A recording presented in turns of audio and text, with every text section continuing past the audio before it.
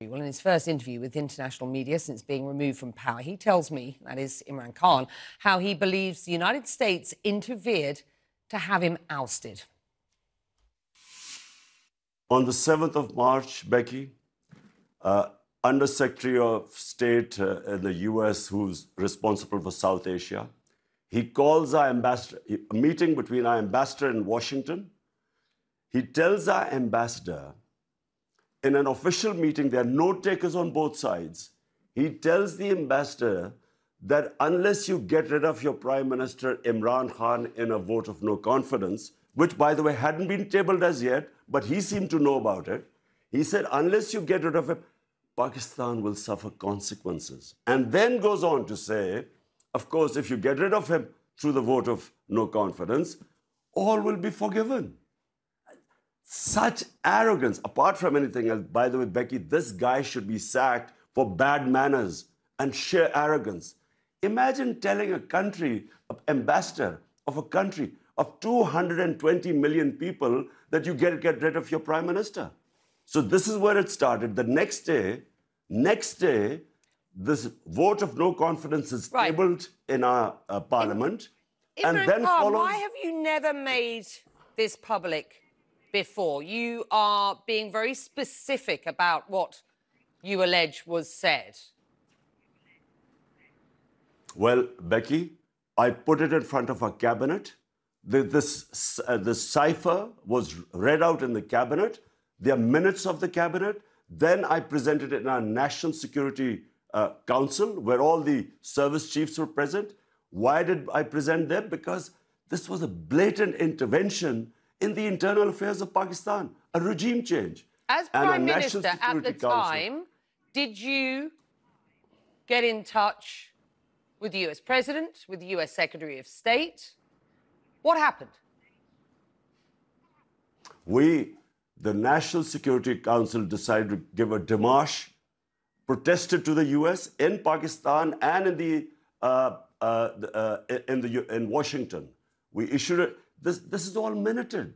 Then we presented it to the Parliament Committee, then the Speaker of Parliament, then the President of Pakistan, who has this cipher, he sent it to the Chief Justice of Pakistan that there should be an inquiry held in this blatant interference in the internal affairs of Pakistan.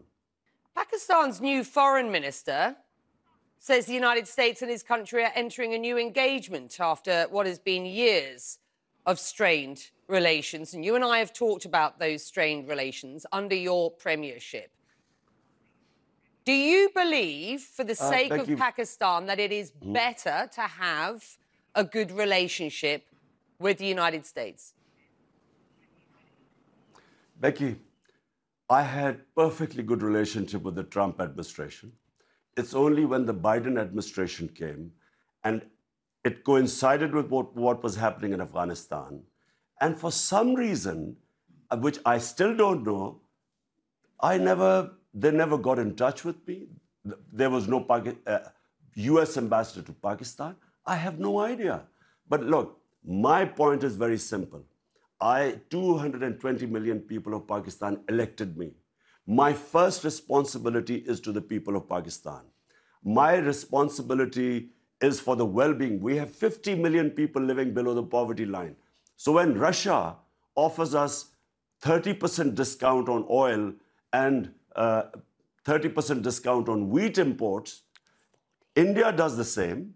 India is part of the Quad, part of the strategic alliance with the US. India imports oil from the US. But for some reason, this was taken against me, as if I was being anti-US or anti-American. The US, let me repeat, has rubbished the notion that they have been involved in regime change in Pakistan. You continue to assert what they suggest is a conspiracy theory here.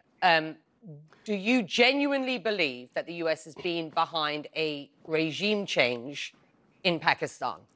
Before this happened, before this meeting with Donald Lu and our ambassador, the US Embassy was calling members of my party who were some of the backbenchers who were not happy. They were having meetings with the US embassy. What were they meeting them? And they were the first ones who then jumped ship. And they were the ones who then offered $1 million each to buy my other members of parliament who actually jumped ship later on. Why would the US embassy be interested in backbenchers of our party? So is the current government an American implant? It's with their blessings. And, you know, the painful thing, Becky, is not just that everyone, we all call it imported government, but the worst thing is they're a bunch of criminals. For 30 years, these guys have been plundering the country. 60% of the cabinet is on bail. You were in Russia meeting President Putin the day he announced the war in Ukraine. The optics didn't and don't look good, do they?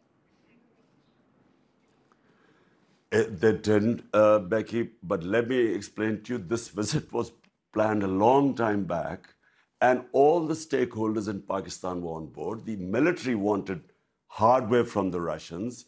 We wanted oil. There was a gas pipeline which was being negotiated for the past 6 years before my government came in. So this trip was planned a long time before.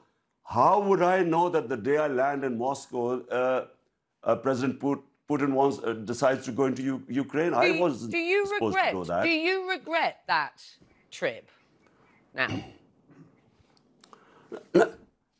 I would regret if we had known about the invasion and then I had gone in, I guess I would have regretted it, because I do not believe in military solutions.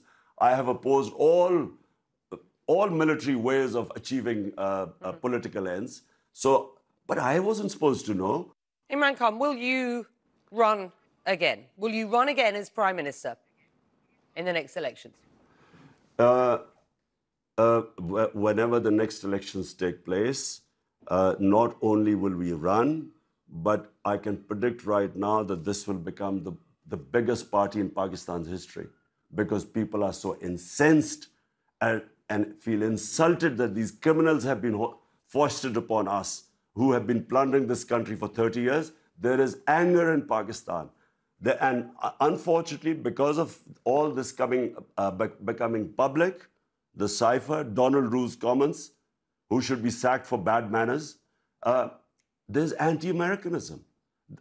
Because you know that so many regime changes, whether US, like in Iran, Prime Minister Mossadegh, like in South American countries, when unpopular governments are foisted on a people, the resentment then goes against the US. And unfortunately, yes, there is anti-Americanism right now.